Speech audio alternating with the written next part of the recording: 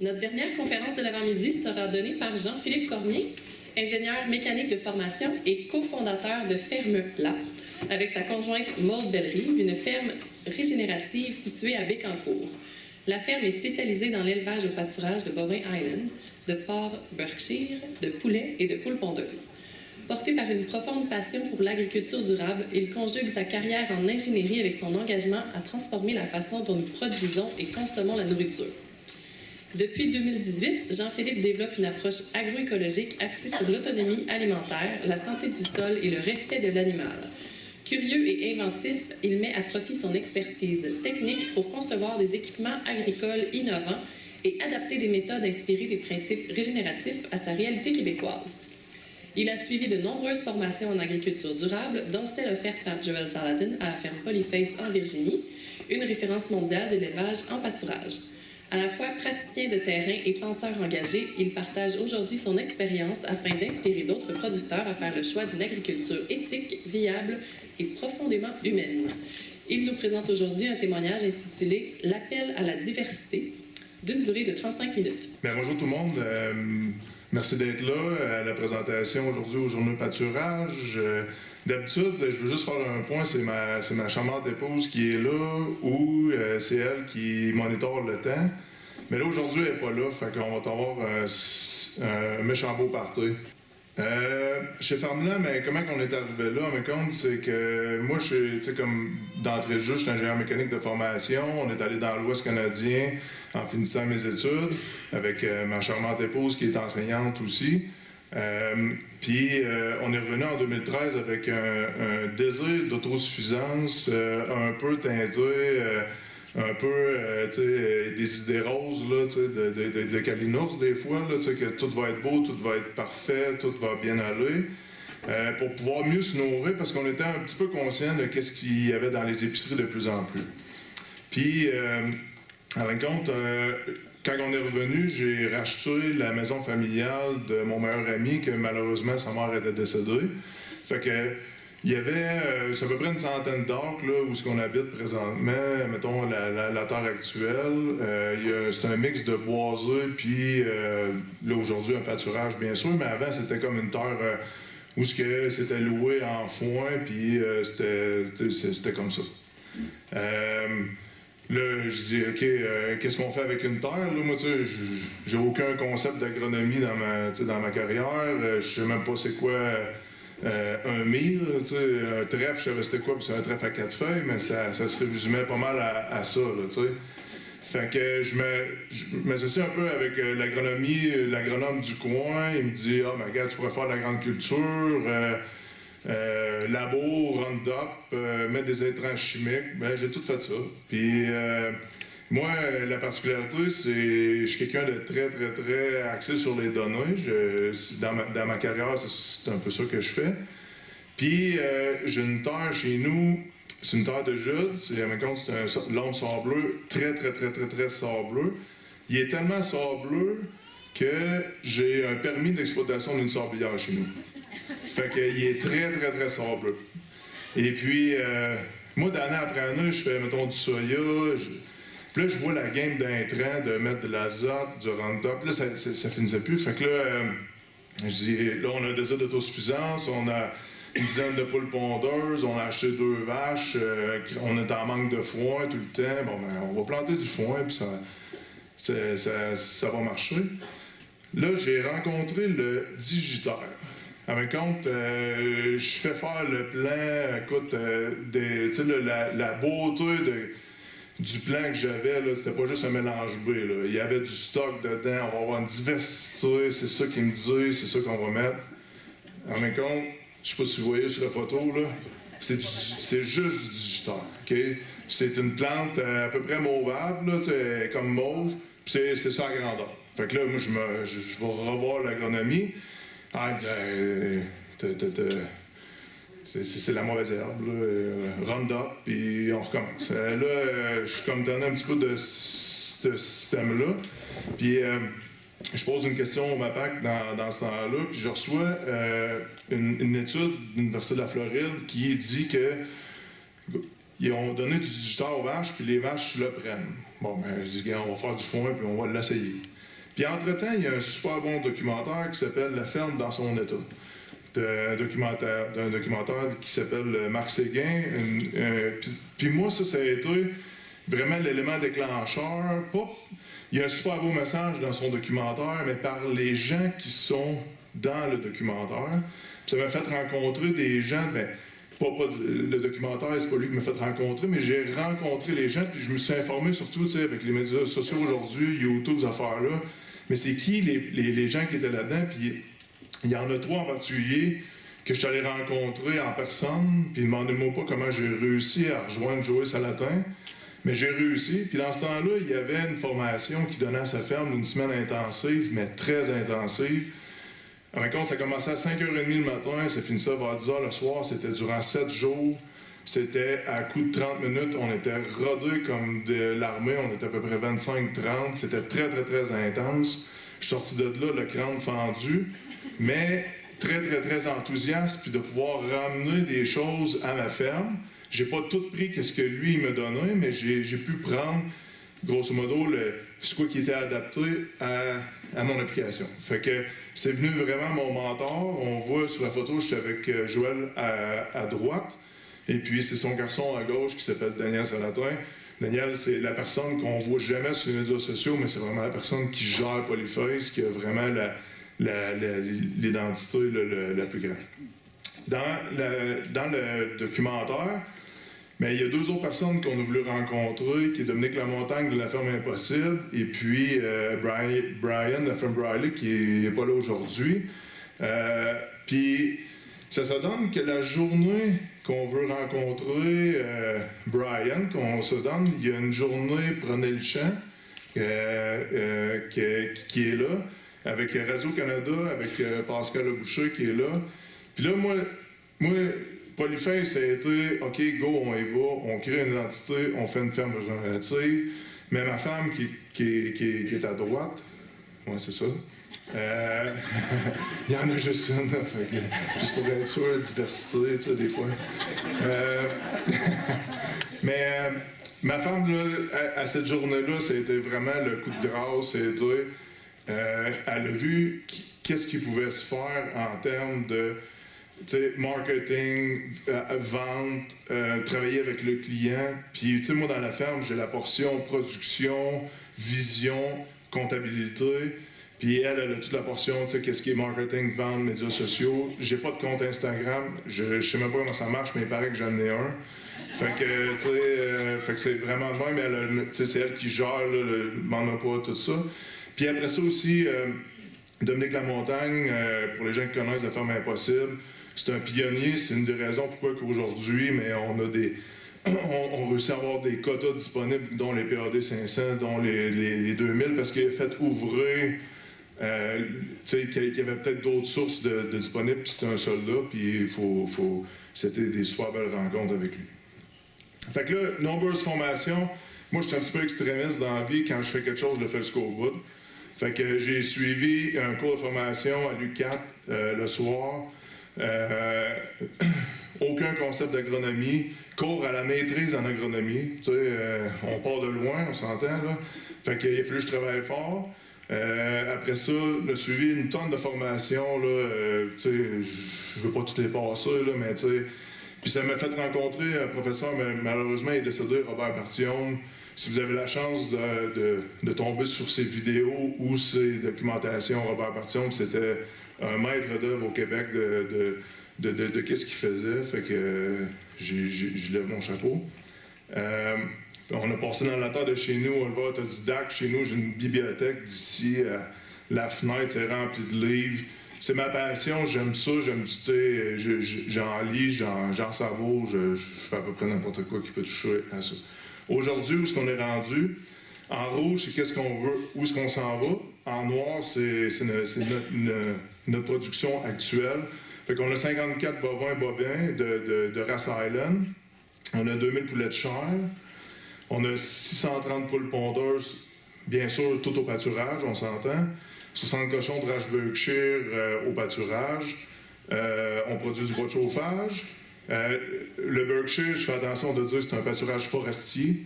C'est pas un pâturage, je crois. là, je vais en déranger une couple, mais je crois pas aux cochons au pâturage de l'herbe. Je le crois beaucoup aux forestiers parce que je trouve qu'il fait une belle synergie là-dedans. Puis là, on est rendu à 670 acres sur la terre, là, où on a fait des acquisitions au fil du temps, un peu partout. Toutes des terres que tu ne veux pas acheter, mais tout le monde va acheter des terres aujourd'hui, là, mais c'est toutes des terres à non-valeur ajoutée, grosso modo, qu'on a acheté. C'est un mix de bois, de pâturage, là, de terre. Et puis, dans le futur, on aimerait ça mettre du mouton. Une autre personne très influente pour moi, c'est Greg Judy. Greg travaille super bien avec le mouton puis le bœuf, fait que ça, c'est quelque chose que dans le futur, on aimerait. Fait qu'aujourd'hui, je vais vous parler de l'appel de la diversité. C'est drôle qu'on a eu la conférence avant, on a parlé beaucoup d'économique, parce que d'habitude, en économie, on ne parle pas de la valeur économique chez les agriculteurs, mais moi, je vais vous en parler. Fait que je veux vraiment aller passer un petit bout de temps de là. Mais c'est sûr que je vais vous parler en premier de l'élevage, parce que c'est ça souvent qui nous passionne. Fait que nous autres, à mes comptes, c'est ça, on a des races qu'on essaye d'être le plus rustique possible, parce que les vétérinaires, on n'aime pas ça les voir. Fait que on essaie d'être le plus rustique possible. On a choisi la race Highland parce que ça fait des belles photos Instagram. Non, c'est pas vrai. C'est que, à mes comptes, la race Highland, on trouve qu'elle a un poids qui est vraiment bon pour le pâturage, qui fait pas trop de piétinement. Moi, je fais attention vraiment à les investissements qui nécessitent du capital. Fait que j'aime pas les bâtisses, j'aime tout ce qui est mobile. Fait que le Highland, mais ça supporte super bien les 12 mois par année. Fait que c'est pour ça qu'on a pris ça. On a pris les poules brunes, on a essayé du Chantecler, on s'est vraiment planté. Chantecler, mais compte, c'est que le taux de croissance était vraiment pas bon pour nous autres, puis la viande est très, très, très dense. Puis chez le consommateur, mais tu sais, on n'avait pas la résultante qu'on voulait avoir, là, tu sais. Tu me dis, écoute, ton poulet il est 2 fois plus cher, puis il est pas mangeable, tu sais. Fait que c'est sûr que c'est pas super gagnant dans tout ça. Puis pour prendre... tu sais, à mes comptes, quand j'étais à Polyface, on a eu une journée complète sur la mise en marché. Puis à un moment donné, il dit des fois, c'est correct d'être hors norme, mais trop hors norme, c'est pas correct non plus. Puis la manière qu'il disait ça, puis ça va toujours me rester dans la tête, dans la vie, tu peux être un bouddhiste ou un nudiste. Et quand t'es rendu bouddhiste, nudiste, t'es rendu trop fucké pour le monde. Et ça va toujours me rester, c'est de faire les choses correctement, puis de les faire autrement, c'est correct. Mais trop, des fois, c'est comme passer. Fait que là, de dire, tu vas manger de la Chantecler, tu vas manger de quoi qui n'est pas mangeable, puis en plus, ça va te coûter plus cher, wow, là, on a passé à d'autres places. On fait du Berkshire au pâturage, forestier, bien sûr. Fait qu'on essaie d'avoir des animaux qui sont résistants aux maladies. On essaie beaucoup d'être en circuit fermé. On a une philosophie à la ferme de la naissance à la table. On aimerait ça faire l'abattage à la ferme. Malheureusement, la réglementation ne nous le permet pas. Fait que de la naissance à la table, qu'est-ce que ça nous permet? Ça nous permet de travailler avec notre génétique. Ça nous permet de travailler aussi, mettons, avec nos bovins sur le comportemental. Fait que ça nous aide énormément, là, on trouve, de faire ça de comme ça. Et puis, en étant de naissance en étant, on est en circuit fermé. Fait que l'introduction de maladies est beaucoup plus difficile que quand, mettons, on achète des intrants d'un peu partout. L'importance de la rotation aussi pour nous autres, c'est super, super important. Là. Écoute, ce qui sort de Polyface, là, c'est que nous autres, on rotationne, mais comme dans notre système de rotation, durant l'été, nos bœufs sont au pâturage, on rotationne à chaque 2 jours. Je ne veux pas trop parler de pâturage parce que c'est pas ça mon point. Je pourrais faire une présentation sur qu'est-ce qu'on fait. On le fait un petit peu différent des autres, puis on a des raisons pour ça. Mais on rotationne aux 2 jours sur nos bovins. On rotationne à peu près 5 à 7 jours nos poules pondeuses. C'est des eggs mobiles qu'on va voir un petit peu plus tard. Puis après ça, nos poulets de chair, il faut les bouger à chaque jour parce qu'il y a trop d'azote là-dedans, fait que pour y donner une nouvelle couche de carbone. Puis nos pâturages forestiers, on les bouge à peu près en 17 et 10 jours. Ça, c'est durant la portion été. La portion printemps, Nos cochons sont dans notre enclos de vernage pour brasser la matière compostée. La ferme Paul-Fay s'appelle ça la lasagne, en compte. C'est que c'est une couche de carbone et d'azote que tu viens mettre à chaque jour à chaque semaine durant l'hiver. Fait que le cochon, il emmène par son nez, il appelle ça un pigurator, ça veut dire qu'il emmène de l'aération par son nez, c'est le but, c'est l'objectif. Fait qu'on passe d'un compost qui est très compacté, qui est anaérobique à aérobique. C'est ce qu'on va avoir aussi pour faire un bon mix. Ça, c'est notre premier mix qu'on va faire. Puis durant l'hiver, mais nos poules pondeuses, nos cochons sont dans une serre d'à peu près 35 par 120 pieds. Puis on a un enclos d'hivernage pour nos vaches sans bâtiment. Là, je vais juste prendre une petite pause là-dessus parce que je vais vous parler du temps. Le temps chez l'agriculteur, c'est vraiment important. Puis peu importe c'est quoi votre business que vous allez avoir, que ce soit en agriculture ou une autre business à part, vous allez avoir ça de problème dans votre vie, puis ça de temps. Puis ça, je peux vous le garantir. C'est toujours comme ça. Puis la matrice impact-effort est super important. Puis nous autres, ce qu'on essaie d'avoir le plus possible, c'est d'être toujours dans le vert. Ça veut dire que qu'est-ce qui a le plus d'impact pour le moins de temps que je peux mettre. Puis ça, pour moi, ça, c'est super important, puis c'est notre essence de la ferme. C'est que, tu sais, des projets, écoute, j'ai mis mes formations puis des idées, j'en ai pour 3 vies. Mais c'est quel qui a le plus d'impact pour que je puisse réussir à avoir la ferme la plus productive possible et la plus pérenne dans le temps. Puis les défauts des agriculteurs, là, c'est qu'on est trop passionnés par ce qu'on fait. Parce que quand que tu vas parler à des gens de business, tu sais, souvent, mettons, c'est pas la même passion. On est passionné, on aime ça parler de notre gadget pour dire on rentre à 8 pouces d'herbe, puis on a une croissance en S, puis on va être dans la force adolescence, puis on aime ça parler de nos affaires parce que les animaux, on les aime, nos équipements, on les aime, nos terres, on les aime comme personne, tu sais, comme on aime ça. Souvent, ce qu'on aime le moins, c'est d'interagir avec les gens et les clients. C'est ça qu'on aime le moins. Puis c'est ça qu'il faut faire le plus. Mais ce qu'on aime, c'est de parler de nos tracteurs, nos équipements. T'es-tu un rouge, t'es-tu un vert, t'es-tu un bleu? Tu sais, c'est ça qu'on... Tu sais, c'est quoi l'accessoire que tu fais, mais c'est quoi l'impact vraiment qu'elle a sur la viabilité de ta ferme, puis essayons d'oublier jamais ça. Fait que si je reviens un peu sur l'appel de l'université aujourd'hui, si je vous parle d'élevage, vous allez faire « wow ». Si je vous parle de l'herbe, il y a ça, microbiote, microbienne, ça, je commence, tu sais. Mais quand que je vais commencer à parler d'économie, puis d'humain, puis du côté social de la ferme, oh, on commence à avoir un petit ralentissement. Puis ça, il faut pas oublier que cet impact-là est très, très, très grand. C'est cet impact-là, la personne qui nous assure une viabilité à long terme, c'est nos clients. Puis ça, il ne faut jamais essayer de l'oublier. Fait que, en compte, on essaie d'avoir, à la ferme, on a créé beaucoup d'équipements pour faire qu'on passe le moins de temps possible dans le champ. Ça fait drôle à dire comme un agriculteur, mais c'est ça qu'on essaie de faire. On a une philosophie 7-10, puis la règle du 80-20. En compte, la règle du 80-20, c'est qu'on veut, qu'est-ce qui nous fait le plus d'impact, 80% d'impact pour le 20% que tu vas mettre comme travail. Ça, c'est super important pour nous autres. La philosophie 7-10, là, vous demandez sûrement qu'est-ce que ça veut dire. C'est que, tu sais, moi, je travaille du lundi au vendredi comme dans mon métier. Ma femme est enseignante, elle travaille, tu sais, toute la semaine. Philosophie 5-10, ça veut dire j'ai 7 à 10 jours d'autonomie avant de faire un gros travail. C'est ça que ça veut dire. Fait que nos mangeoires sont adaptés pour avoir, mettons, 7 à 10 jours d'autonomie.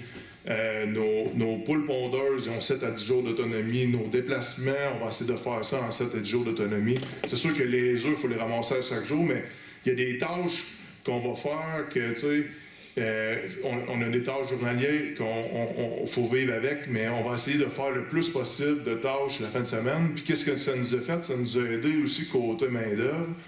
C'est que c'est plus facile de trouver un étudiant, quelqu'un qui est passionné, un retraité qui dit « Bagarre, moi je vais être là samedi, je vais te donner toute la journée », que de dire « Bon, mais gars, tu vas prendre le tracteur, tu vas mettre 2 balles rondes par jour ». Puis perdre une demi-heure de temps. Fait que nous autres, notre philosophie 7-10, là, c'est vraiment, vraiment important. Fait qu'on a créé différents équipements. Là, je vais en passer en rafale pour juste susciter votre passion pour que je puisse arriver en économie puis que vous soyez encore là. Fait que la boîte à minéraux, en compte, c'est une boîte à minéraux qui appelle le style cafétéria. Ça vient vraiment de Greg Judy, de Green Pasture Farm. J'ai copié son modèle. La seule différence, c'est la boîte à minéraux qui est différente de son modèle. C'est 16 numéros différents, minéraux différents. C'est un style cafétéria, buffet à volonté pour nos vaches. Fait qu'ils prennent selon leurs besoins. Le besoin, puis c'est une des raisons pourquoi on aime la rusticité, c'est d'avoir qu'elle puisse aller prendre qu'est-ce qu'elle a son besoin. Fait que, mettons, je te donne un exemple, il va y avoir du sélénium, du zinc, du magnésium, de l'iode. Il va y avoir différentes choses du genre là, dans la boîte à minéraux. On a fait aussi un bitrin. Mais contre le bitrin, c'est que dans la pôle en avant, d'habitude, il y a un vieux tracteur, là, un vieux Massey Ferguson qui est piné après ça. En arrière, c'est l'ombrière mobile qui a à peu près qui a 24 pieds par 40 pieds. Il y a un réservoir à l'eau en arrière qui est toujours, il est toujours là. Puis, annexé à ça, il y a la boîte à minéraux avec le tracteur. Fait que quand on arrive pour bouger nos vaches, on arrive très rapidement en 4 roues. On part le tracteur, on fait juste avancer de la prochaine parcelle, ça nous amène très une rapidité. Vous avez sûrement déjà vu le graphique d'ombrière là, qui dit selon la température, il y a du vert, il y a du rouge, puis l'importance de l'ombre pour les vaches.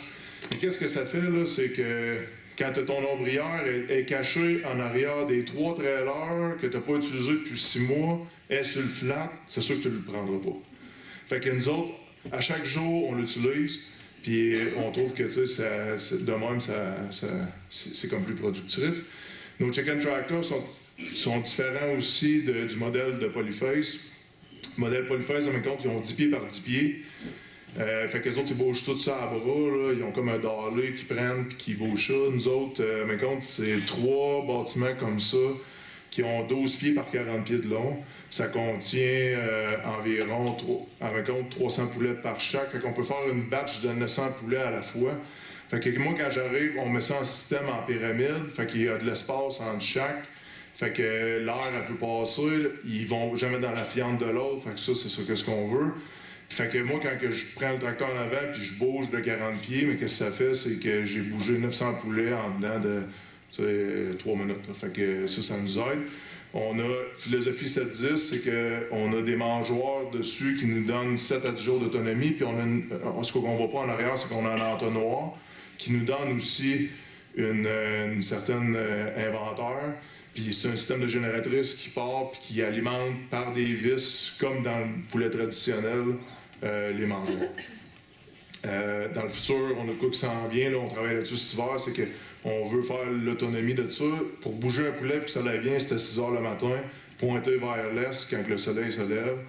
Fait que ce qu'on veut faire dans le futur, c'est qu'on a un système de winch qu'on a présentement. Puis une génératrice qui va partir, qui va nous donner comme par magie 7 jours d'autonomie, qui va partir tout seul puis qui va faire avancer nos poulets. Comme ça, on n'aura pas besoin d'y aller à chaque matin à 6 h durant notre production. Notre egg mobile, ce que je voulais vous montrer, c'était, mettons, notre système de mangeoire, justement, qu'on vient mettre par le toit, qu'on vient nourrir. Comme ça, on n'a pas de manipulation parce que, tu sais, on ne veut pas à 630 poules pondeuses. On achète environ... on achète une palette, c'est-à-dire 1 tonne de moulé aux 2 semaines. Fait que c'est 1 tonne qu'il faut manipuler. Fait que, tu sais, on veut pas... maintenant, on a comme un silo, ça va mieux, on est mécanisé. Fait qu'on essaie de faire ça le plus rapidement possible. À droite, là, je sais pas si vous voyez, il y a des cochons. Ils sont vraiment enterrés là, dans la paille, c'est dans notre serre durant l'hiver. Cohabitation entre les poules pondeuses et nos cochons. Fait que dans notre système, on essaie de mettre couche de bois, paille, couche de bois, paille. Fait que pour faire une lasagne. Puis, tu sais, mettons, j'ai un épandeur à fumier, un petit épandeur qu'on a modifié. Je pourrais passer l'été.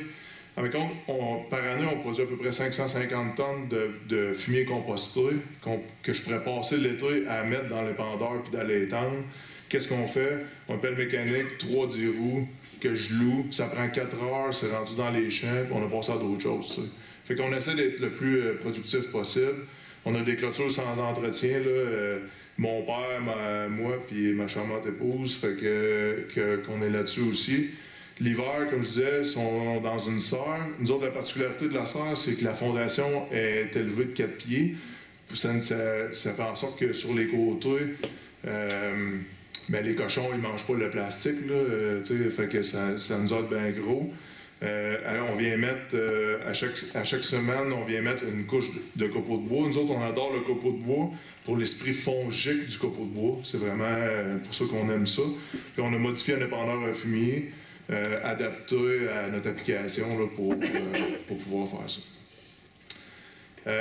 Je vais sauter une coupe de slides parce que je vais aller du côté économique. Ça, c'est la partie souvent qui nous intéresse le moins, mais c'est la partie qui va vous assurer une vitalité. Dans l'économie, OK, ce que je vois, moi, de l'agriculture, c'est que souvent, c'est une game d'intrants, puis il ne faut pas que ça devienne une game d'intrants. Ça veut dire que, nous autres, on essaie de contrôler le plus possible de la naissance à la table, puis on essaie de faire notre foin, puis on travaille des choses à petite échelle présentement pour faire en sorte qu'on soit moins dépendant de la moulée. Fait que c'est des choses qu'on travaille, là, que je peux pas trop en parler parce que ça marche pas encore, mais on fait ça à petite échelle. Une multitude de revenus, mais compte, là, nous autres, on a du poulet, on a des œufs, on a du bœuf, on a du porc. Qu'est-ce que ça fait, je trouve, chez les clients? Ça fait une fidélisation. Parce que, mettons, mon client là, qui arrive et qui dit je vais aller à ton kiosque, là, je vais aller acheter une douzaine d'œufs. Il part de moi, je suis de Bécancour, Trois-Rivières, Bécancour, c'est 20 minutes. Il va-tu faire 20 minutes de char pour aller acheter une douzaine d'œufs? Sûrement pas. Mais si j'y offre en même temps qu'à soir, tu vas pouvoir manger une poitrine de poulet avec peut-être un steak haché ou peu importe, mais là, il va le faire, le détour. Fait que je trouve, en ayant une multitude de sources de revenus, mais tu fidélises un petit peu plus ta clientèle. Fait que nous autres, ce qu'on fait, me compte, c'est qu'on a vraiment une vente directe, puis de plus en plus, ce qu'on veut s'en aller, c'est dans le produit transformé. C'est pas juste de vendre de la découpe, si on veut s'en aller dans le produit transformé. Puis la première fois qu'on a touché à ça dans le produit transformé, on a fait du bœuf jerky maison. Ma femme, elle me dit ses médias sociaux, parce que comme je dis, moi, je suis pas trop aux médias sociaux. Ça a pris 4 heures, puis il restait plus rien. Fait que, c'est là qu'on a découvert qu'il y avait sûrement une demande forte dans le produit transformé. Fait qu'il y a des produits transformés de haute qualité. Fait que c'est vraiment là que nous autres, on s'en va. Puis qu'est-ce que ça fait aussi, c'est que ça fait une résilience face au marché. Quand tu vends directement au consommateur, puis que tes intrants, tu essaies de les contrôler le plus possible, mais qu'est-ce qui se passe dans le marché? Comme là, présentement, le marché du veau, le marché, il est très, très, très élevé. Fait que nous autres, honnêtement, nos veaux sont nés chez nous, puis le foin, on le fait nous autres mêmes. Fait que l'intrant est le même. Ce qui a augmenté dans les dernières 2-3 ans chez nous, c'est les frais d'abattage, mais le reste n'a pas augmenté. Fait que ça fait que la fidélisation du client, c'est que on a augmenté un petit peu nos prix du bœuf, mais on a augmenté pas comme le marché, puis le client veut pas, il est sensible à ça, puis il respecte qu'on n'a pas abusé, malgré que le marché, on pourrait aller plus haut. Puis ça fait en sorte que quand il va arriver un down, que le marché, puis à un moment donné, le marché du veau va sûrement baisser, mais là, le marché, le client, il va être fidèle à nous, puis il va être loyal à nous autres. Fait que ça, pour nous autres, c'est super important.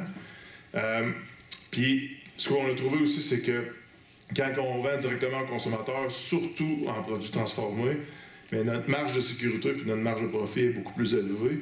Fait que, tu sais, c'est important, puis comme agriculteur, on n'en parle pas assez de notre marge de profitabilité parce qu'elle est importante, puis on a de la misère souvent à faire des sous sur les gens, puis on se dit « Ouais, mais c'est ça qui se nourrissent », mais sur la pérennité à long terme, là, c'est ça qui va faire la différence, parce que t'es pas un bris de tracteur, t'es pas un injecteur de pété, t'es pas à une clôture, une vache, tu vis avec du vivant, puis la marge de sécurité dans ce temps-là, faut qu'elle soit quand même assez grande. Fait que on a de la misère comme agriculteur d'accepter ça, parce que on aime nos animaux, on est passionné. Fait que il faut, en ayant une vente directe, je trouve que dans ce temps-là, on a une meilleure marge de sécurité.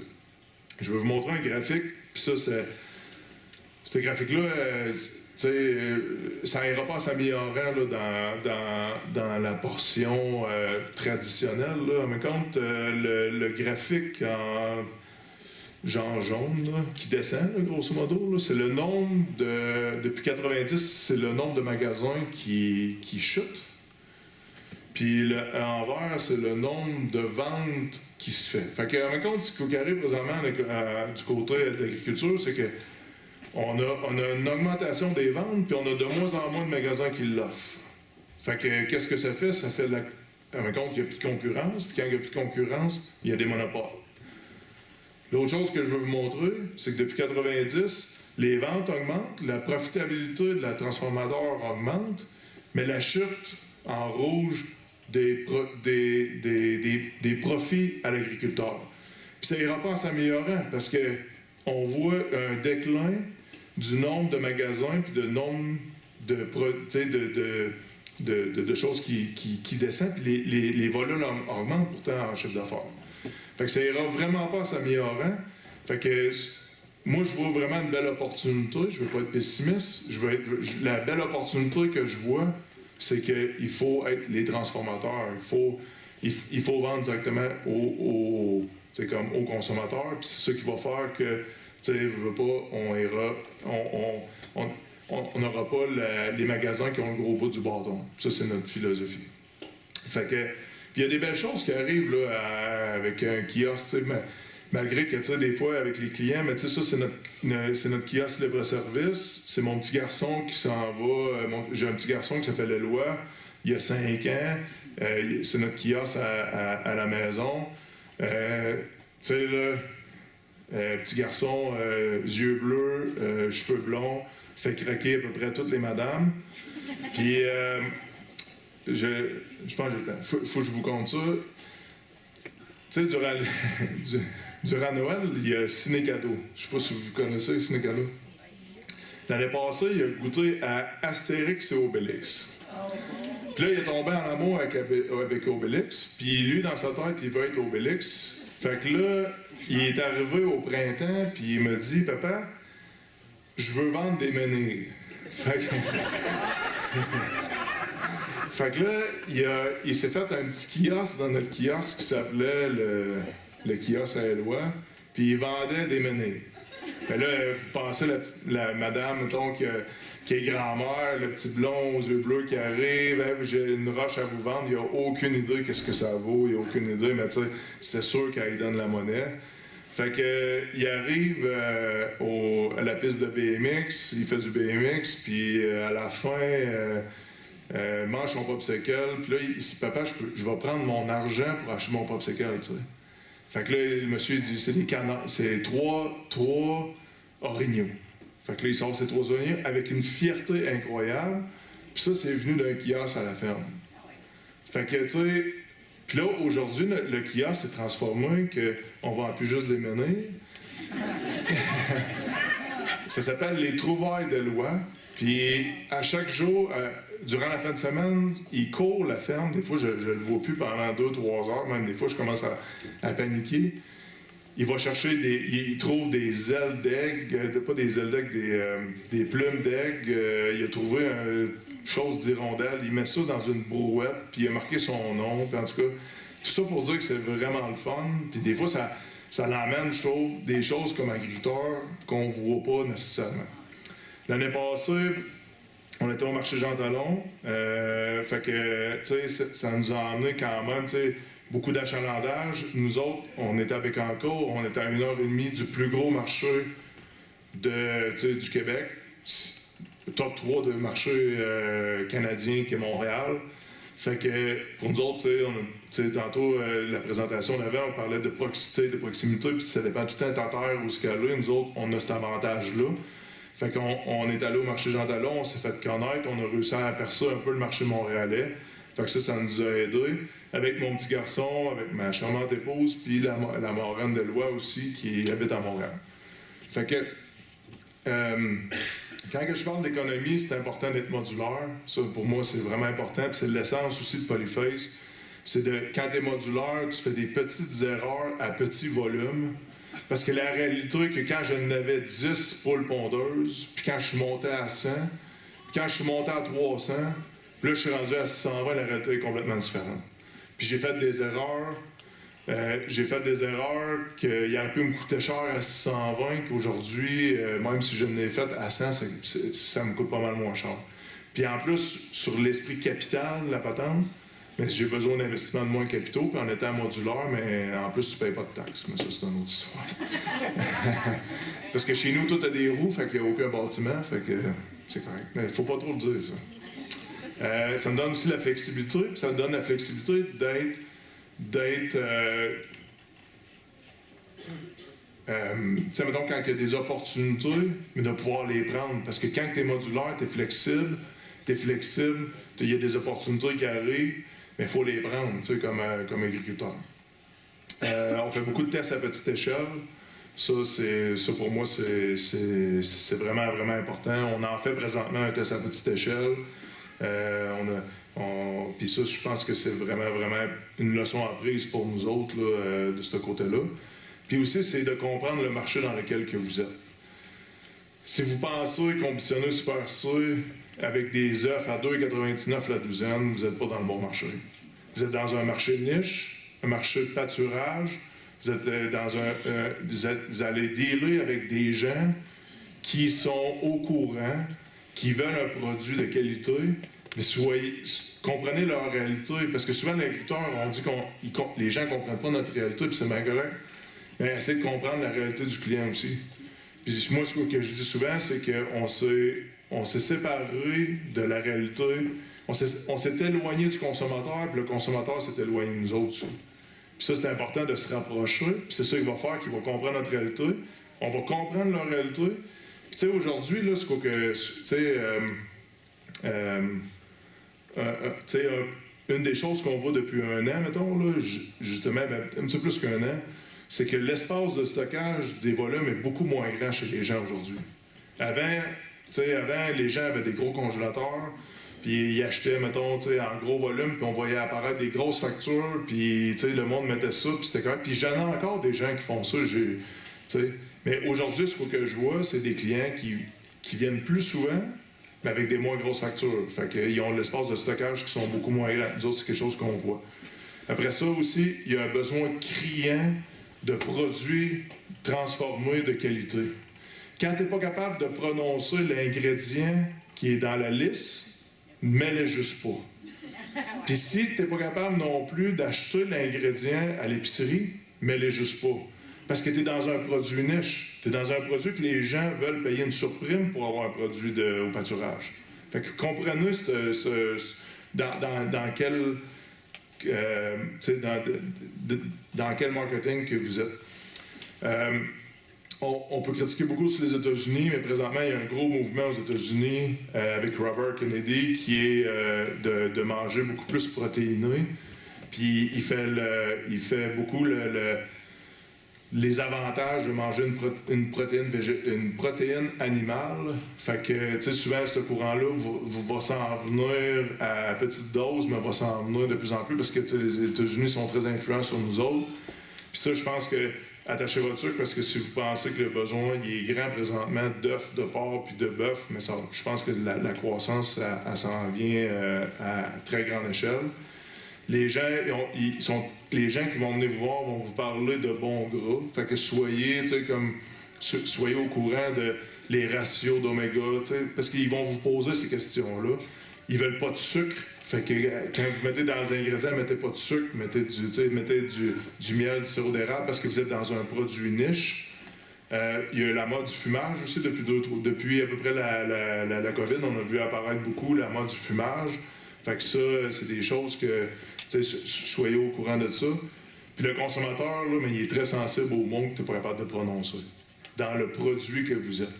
Puis vous, comme je l'ai dit tantôt, vous ne compétitionnez pas contre mettons, puis j'ai rien contre Super C, mais vous ne compétitionnez pas dans ce domaine-là. Vous compétitionnez dans un produit de qualité qui est à haute valeur nutritionnelle. Fait que, soyez conscient de ces choses-là. Je reviens sur du côté diversité humaine et sociale. À fin de compte, sais, je vous dis, là, c'est pas inventé, c'est vraiment quelque chose qui nous est arrivé à notre ferme. On est au marché Jean Talon, on vend nos produits puis tout. On est à peu près rendu à la moitié de l'année. On reçoit parce que nous autres, là, tout est beau chez nous, là, mais ça, c'est pas à cause de moi. Mais, on reçoit une caisse d'œufs que, mettons, une cliente nous avait acheté. Elle nous fait des boules de chocolat. Tellement bonne, c'était de toute beauté. Elle a tout marqué les ingrédients. Tu sais, genre, tu fais comme, wow, les ingrédients, ça n'a encore aucun sens. Puis avec un message dedans nous disant, on vous remercie, tu sais, de nous nourrir, tu sais. Mais ça, là, tu sais, dans les moments tough, parce que c'est pas vrai, dans l'agriculture, que ça va toujours bien. Tu vas avoir à un moment donné une vache, tu sais pas pourquoi elle est prise, elle s'est coincée, il y a un poulet mort. C'est pas tout le temps drôle dans l'agriculture. Mais la commercialisation, nous autres, ce qu'elle nous a appris, c'est que ce message-là, on l'a encadré, puis il est chez nous.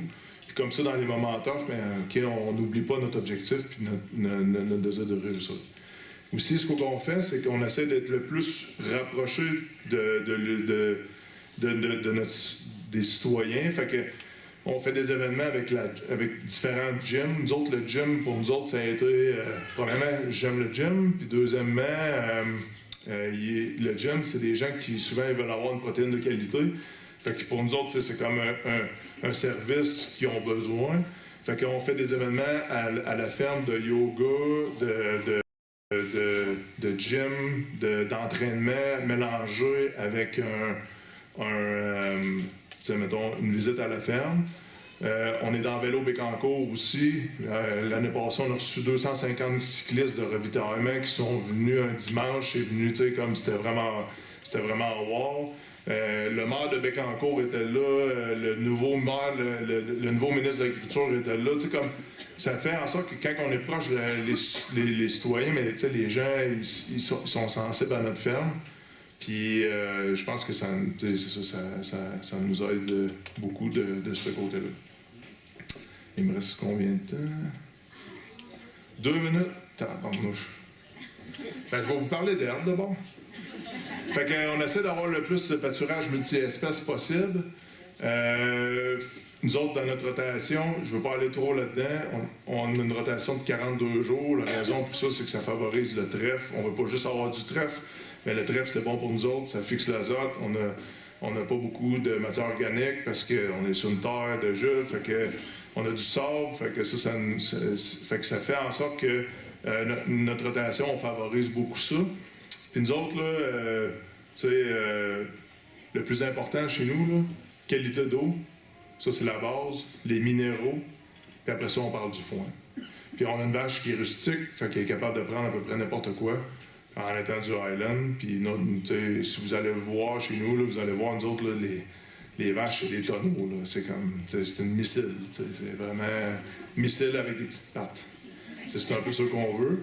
Puis après ça, côté diversité microbienne, bien, on a travaillé, on a fait une patente encore, là.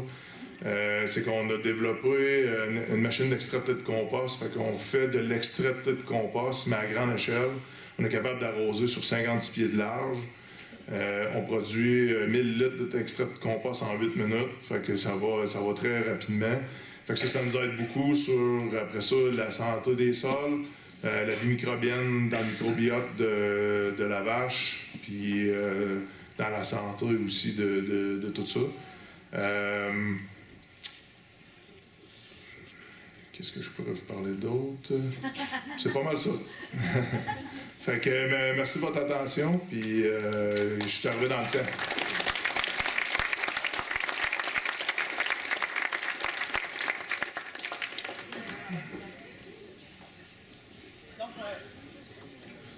Donc, on va enchaîner avec une période de questions.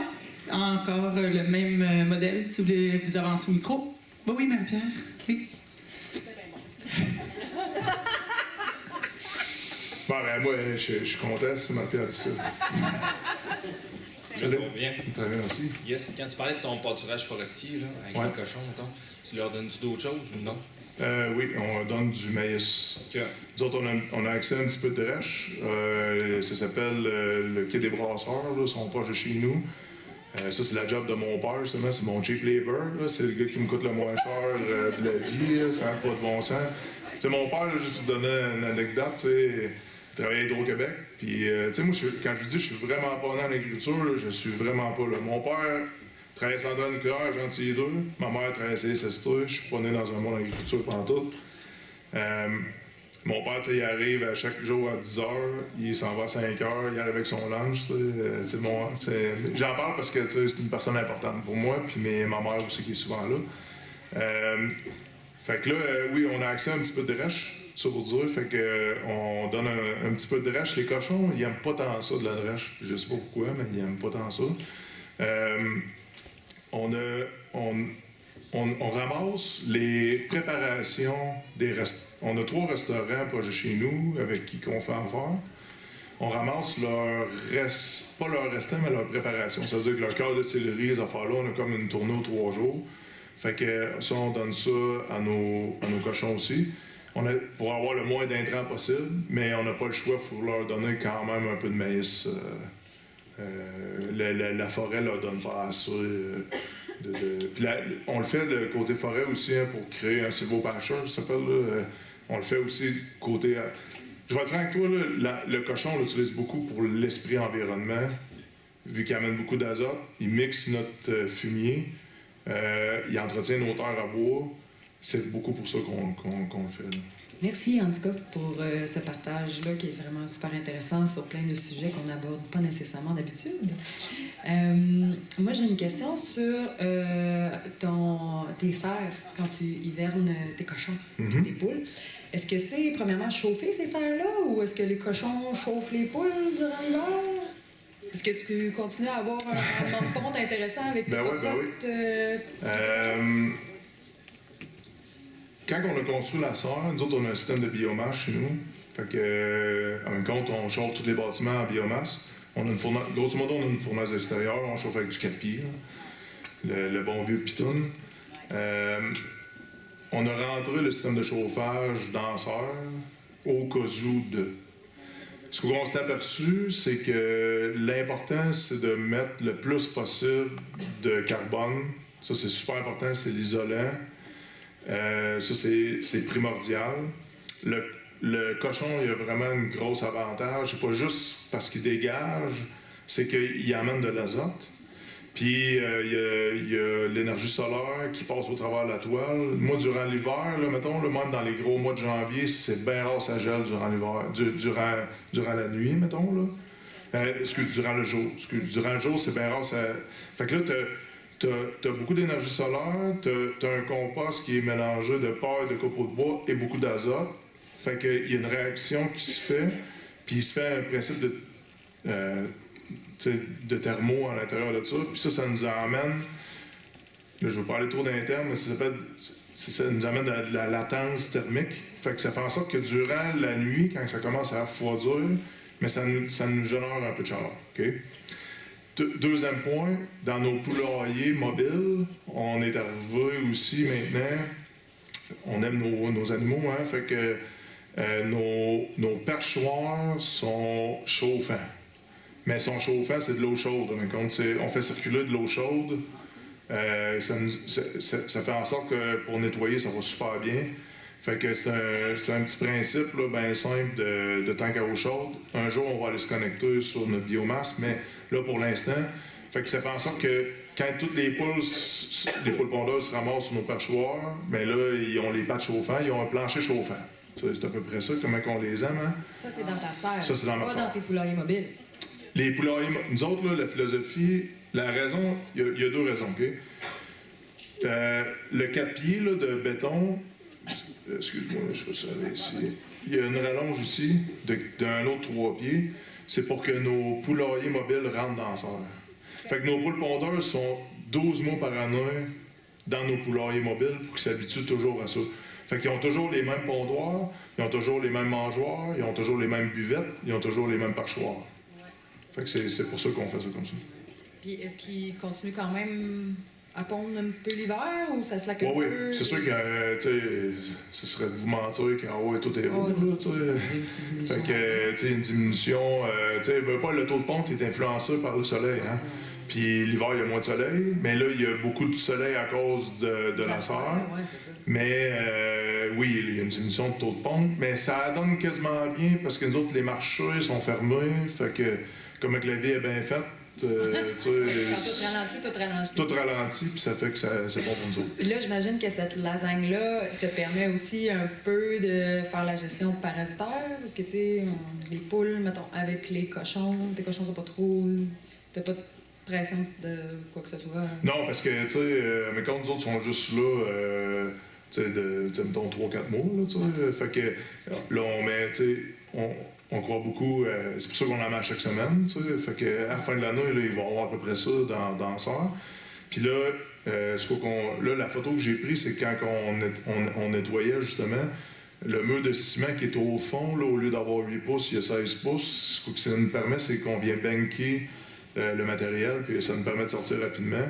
Fait que là, on sort tout le matériel tout de suite au printemps. Fait qu'il y a une stérilisation naturelle qui se fait par le soleil. Fait que, tu sais, souvent, mettons, on a peur des... Tu sais, puis là, je ne veux pas trop tomber là-dedans, là, mais on a peur, tu sais, des bactéries dans un monde qui est stérile, mais, tu sais, l'aérobie est super importante. Fait que le rôle du cochon, pour nous autres, est super important. Merci beaucoup. On va enchaîner avec une petite dernière question, puis parce que c'est toi. Salut. Merci. Très belle présentation. Ma question, c'est ton rack à minéral. As-tu vu une différence quand tu passes d'une parcelle à l'autre avec l'âge du pâturage? Est-ce qu'il consomme moins de minéraux? Parce que là, en tout cas, je vois. Oui, parfait. Ce qu'on a vu avec les minéraux, là, c'est que, premièrement, la consommation est vraiment dépendante du temps. Ça veut dire que, mettons, durant les périodes, 2 semaines avant la période des chaleurs, on va voir le sélénium vraiment augmenter. Parce que, tu sais, le sélénium a un effet tu sais, sur la production de chaleur, surtout chez le taureau. Oui, dans les parcelles, comme là, mettons, puis c'est pas pour rien que j'ai pris cette photo-là, c'est que notre parcelle, là, présentement, est très fibreuse, là. On s'entend-tu qu'elle n'est pas verte? Ça, dans ce temps-là, on va voir d'autres minéraux comme être consommés. Puis quand, mettons, le pâturage va être luxuriant, mais il y a d'autres choses qui vont avoir un prix. Fait que, puis quand on va arriver dans d'autres types de pâturage qui est comme que un petit peu moins de vie microbienne, mettons. Mais là, on va voir apparaître d'autres consommations. Fait que oui, la fluctuation dépend beaucoup avec le temps. Quand on a mis ça en marche, là, ça a été un désastre. Comme, ce sont comme loadés de minéraux, mettons. Là maintenant, la consommation est comme... On voit une diminution de la consommation avec le temps. Très intéressant. Je vais devoir t'interrompre. Merci beaucoup d'avoir pris le temps de répondre aux questions. Merci aux gens qui posent des questions. C'est très intéressant. On a une belle interaction. Je vais passer la parole à Marie-Ange.